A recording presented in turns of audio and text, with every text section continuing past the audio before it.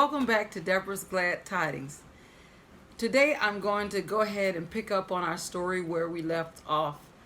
I haven't had a lot of time to work on it to add a bunch of characters, but I didn't want to cancel story time.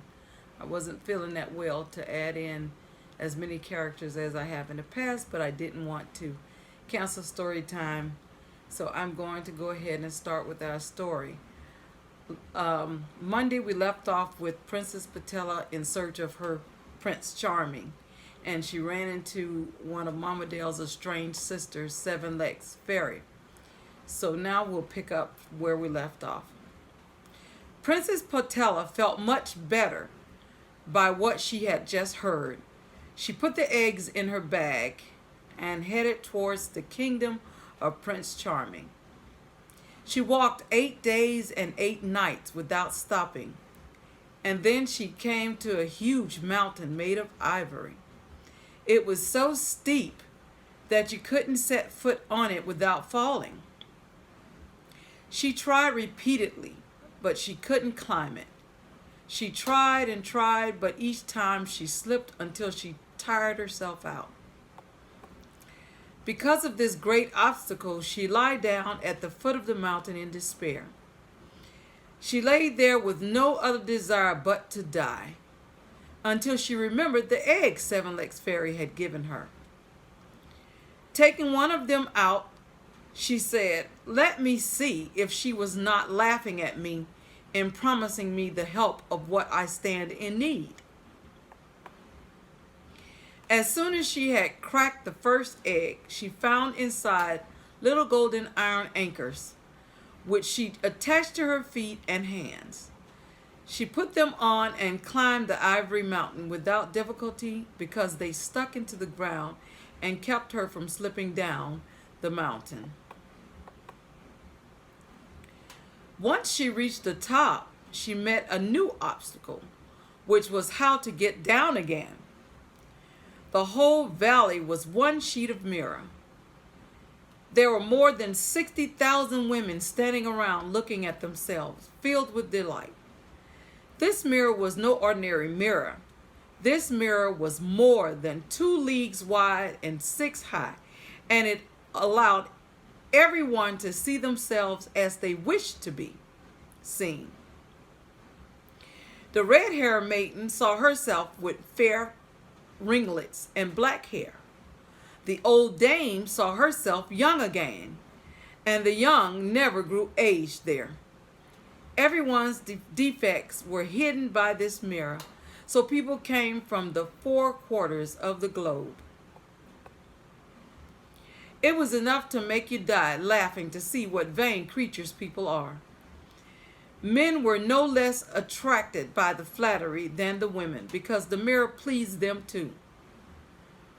One was looking at himself thinking what beautiful hair he had. Another envisioned themselves taller with a much finer figure or a handsomer face. The women who they laughed at laughed just as much at them. This mountain was called all sorts of different names. No one had ever reached the top, and when Princess Patella was seen up there, the ladies broke out into loud cries of despair. "Where is this unlucky girl going?" they said. "She is mad enough to walk on our mirror, and at the first step, she will break it all." They set up such a fuss. Princess Patella didn't know what to do.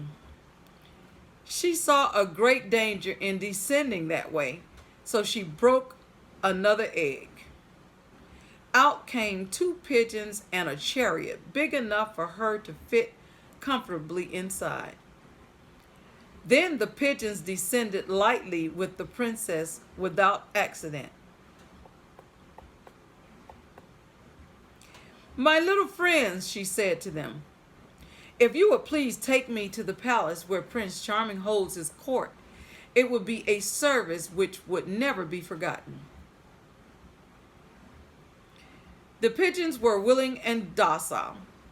They traveled night and day until they reached the gate of the town. Princess Patella got down and gave each of them a sweet kiss. It was a greater reward than a crown would have been. Her heart began to beat fast as she entered. So that she might not be recognized, she smeared her face with grease and then asked the passerby where she could find the prince. Some of them began to laugh. "See the prince," they said. "Little dirty-faced peasant, go away and wash yourself. Your eyes are not good enough to look upon such a monarch." Princess Patella didn't respond, but passed on gently. She just asked those whom she met next where she should stand to see the prince. "He will be coming to the temple tomorrow with Princess T," they said. "He has finally consented to marry her." Heavens, no! What news was this, she thought to herself. T, my wicked stepsister, is about to marry my prince? Princess Patella thought she would just die. She suddenly felt too weak to speak or move, so she sat down under a doorway on a heap of stones. Her face was well hidden by her hair and her straw hat for anyone to see them.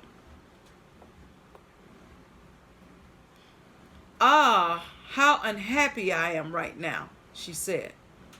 "To come all the way here to be a witness to her joy. So it was because of her that my hummingbird stopped coming to see me. It was for this little monster that he has been so cruelly faithless to me. While I was plunged in grief and anxiety thinking he was dead, the traitor had changed his affection from me towards her." She went on. "Because of her, he forgot all about me, as if he had never seen me, and left me to mourn his too long absence without concerning himself about me.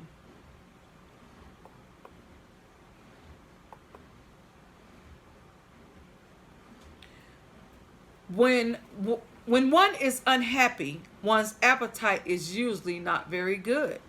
So she sought for a lodging and went to bed supperless. Rising early the next day, she hurried to the temple. She eventually got in after being taunted by the guards and soldiers for a while. Then she saw the prince throne, and teased. Apparently, she was already looked on as queen. What sorrow she felt. She went up to her rival's throne and just stood there, leaning against a marble pillar.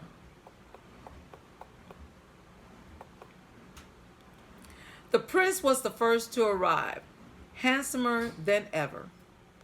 T followed, richly clothed, but so ugly that she frightened all those who set eyes on her. Looking at Princess Patella, she frowned and said, "Who are you that dares to approach my fair presence and to stand near my golden throne?"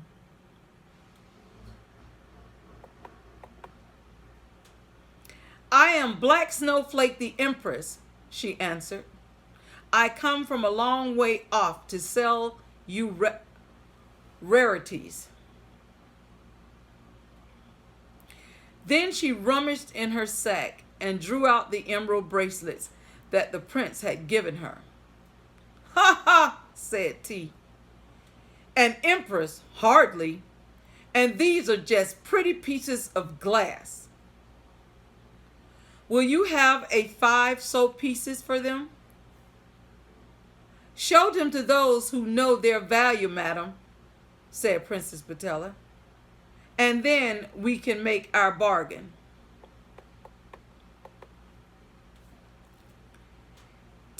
who loved the prince more tenderly than such a monster seemed capable of, was delighted to find opportunities of speaking to him.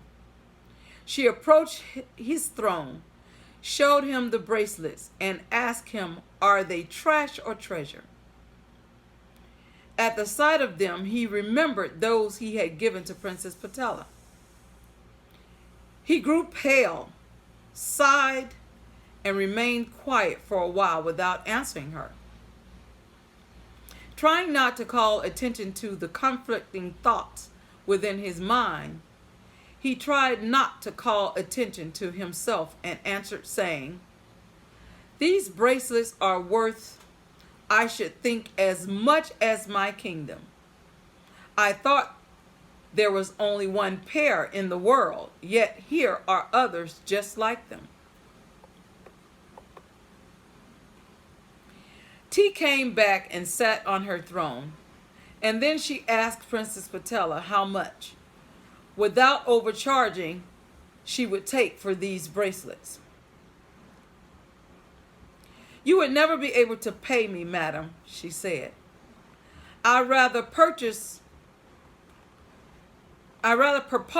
another bargain to you.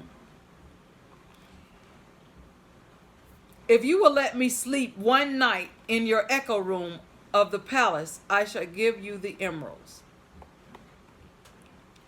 "Very well, little dirty face," said T, laughing like a mad woman and showing her teeth, which were longer than a wild boar's tusk. Prince Charming, who was now king, never asked where the bracelets came from, nor who presented them, where she got them from, and she was hardly able to rouse his curiosity. When the king was Hummingbird, he had told Princess Patella that under his apartment there was a little room called the Echo Room. So all that was said quite low in it was heard by the king when he lay in his own room. She wanted to approach him about his unfaithfulness, but she couldn't think of a better way to do so. By order of T, she was brought into the Echo Room, and there she began her cries of sorrow. "The misfortune which I feared is now but too certain. Cruel Hummingbird," she said, "you have forgotten me. You love my wicked rival. The bracelets I received from your faithless hand did not cause you to remember me. So far have I slipped out of your remembrance." Then sobs interrupted her words. When she had regained strength enough to speak, her cries broke out again and went on until daybreak. The royal households heard her all night long groaning and sighing, and told T, who asked her what noise she had been making. Princess Patella, who was now queen, said she was such a sound sleeper that usually she dreamt, and that very often in dreaming she spoke quite loudly. As for the king, he had not heard her. Ever since he couldn't find Princess Patella, he could not sleep. So when he went to bed that night, they gave him a sleep tonic.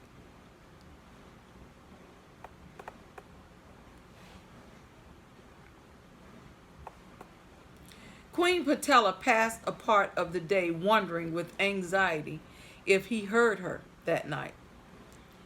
Could he be more cruelly indifferent, she thought? If he did not hear me, what shall I do to make him hear me? She had no more rare curiosities. She had beautiful jewels, but it was necessary to find something which would take T's fancy. She therefore resorted to her eggs.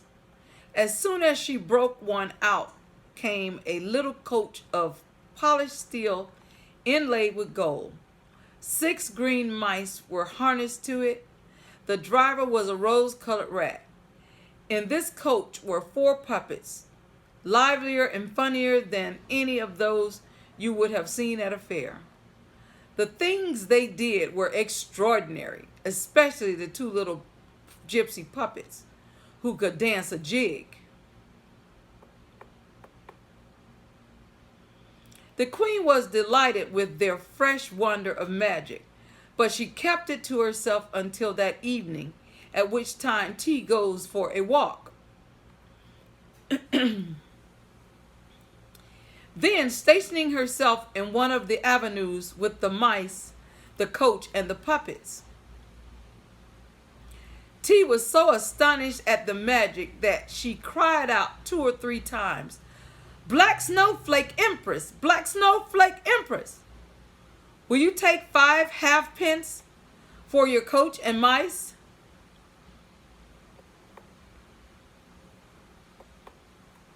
Ask the learned men and the scholars of this, your kingdom, the worth of such a magic, and I will take whatever the most learned may say it is worth, said Princess Patella. T said, "Just tell me the price of it and take your dirty face out of my sight." "To sleep again in the echo chamber," she answered. "That is all I ask."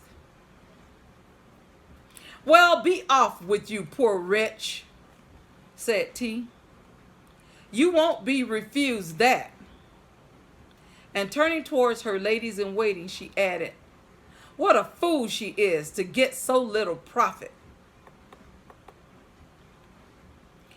That night, Queen Patella said the tenderest things she could think of, but all in vain like before, because the king never failed to take his sleeping tonic. The staff said to each other, "There is no doubt that this peasant girl is mad. What does she talk for all night long?" Yet some of them said, "Neither sense nor tenderness is lacking in what she says." She waited with impatience for morning to see what effect her words had had on the prince. "What is this wretch grown deaf to my voice? Does he no longer hear his beloved queen? Ah, how weak I am to care for him still. And I deserve the contempt he pours on me," she said. She could not kill the affection she felt for him. That concludes our story for tonight. We will pick up on it again.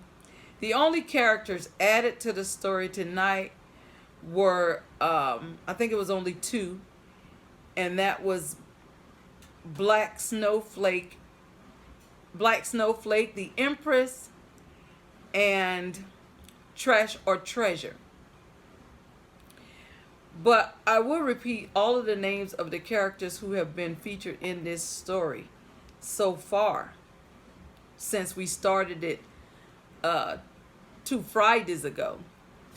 We had NQ's World, King Plav, Beautiful Queen, Mama Ray Ray, the 48, Valerie Champion, Carolyn Eats All, Pandy Hair Candy and More, 50 Plus, Julie Issy, Satin, Eat to Live Strong, Wolfman Midnight, Coco Empire, Shewana's Creative Circle, Amanda's Motivation and More, Silla's Mukbang, Dave's Poems and Songs, Be the Difference Clothing, Thursday Vibes, Super Smiley, Beautiful Queen, Sweet Twisted Joy, Magic Moments, Simply a Sweetheart, Logical One, 12 Veils, who is our main character, Creative Thinking,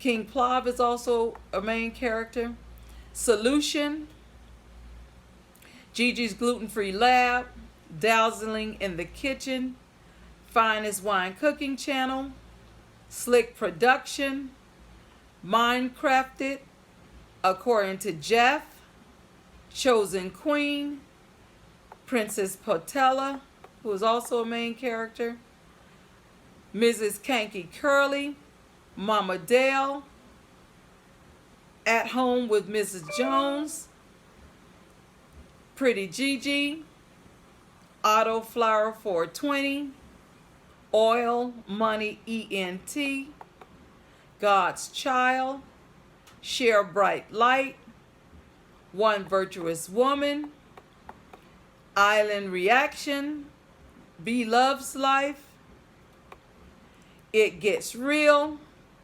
Sam Reports, Just Handmade Designs, Pistol Pete, Mac the Knife, Sweetie Pie, Precious and Family,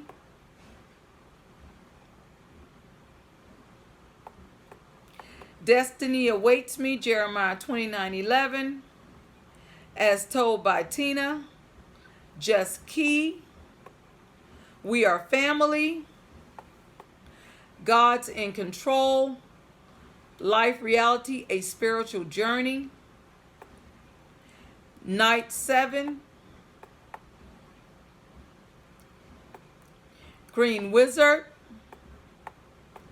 Beautifully Made, Slick Nico Twins, A Positive Lifestyle, Life with Triple T, High Spirit, Foodie Squad, One Jazzy Diva,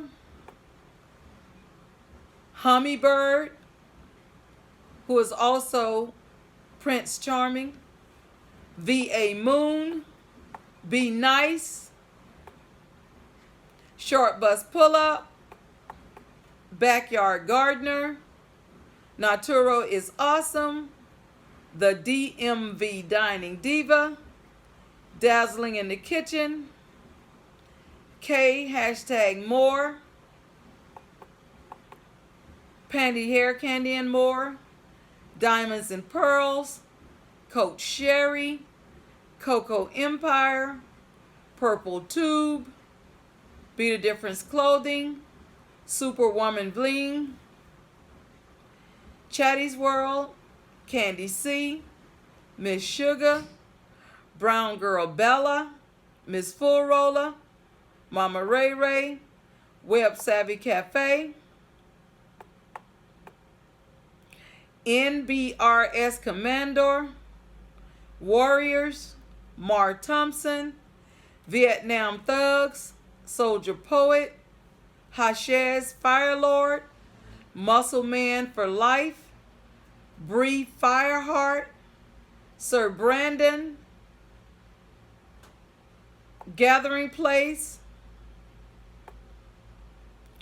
About Time, Zotime, That Guy, Cool Gent 87, My 2 Cents, Denise Say What's on My Mind,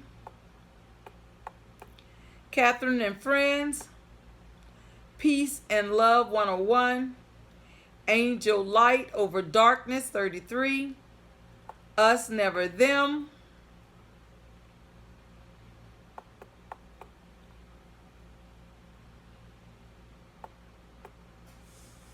A Sophisticated Lady, Ice Heart So Cold, Holy Spirit Firefall, God Loves Me, Precious to God TV, God's Child, God's Glory TV, Just So Blessed, God's in Control, Annoying as Dee Dee, Keeping It Real with Jenny, At Home with Jen, Comfort Zone, Thursday Vibes, Peace, Love, and Hope, Massage by Amaja LLC, Cozy Relaxation, Yo, It's Your Boy Leo, Singing for the Creator, Casper to Y'all, Live It Up, Mindcrafted, Slick Production, Bear the Cross,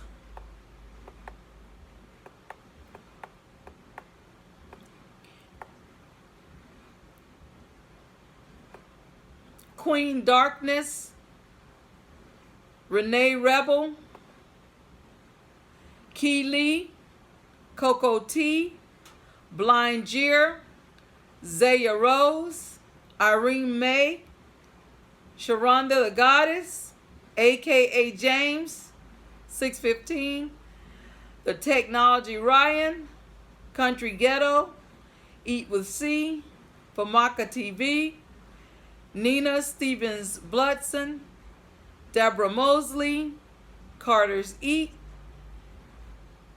Crown Butterfly, The Challenge Report, Alvin Nopal, Tanya Harris, Mother Teresa, Tony Tolbert, Dennis Acosta, Lalani's Kitchen, The Paul Family,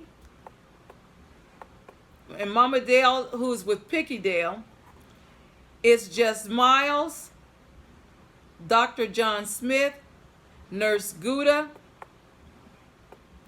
Just Frogget, New Horizons, Banana Girl, Runaway RV Nesters, To Travel and Tour, Mama's Touch, Flower Plants, Mr. Random, Friendly Black Man, Ghetto Preacher, Frugal Granny, Seven Legs Fairy, Beautifully Made,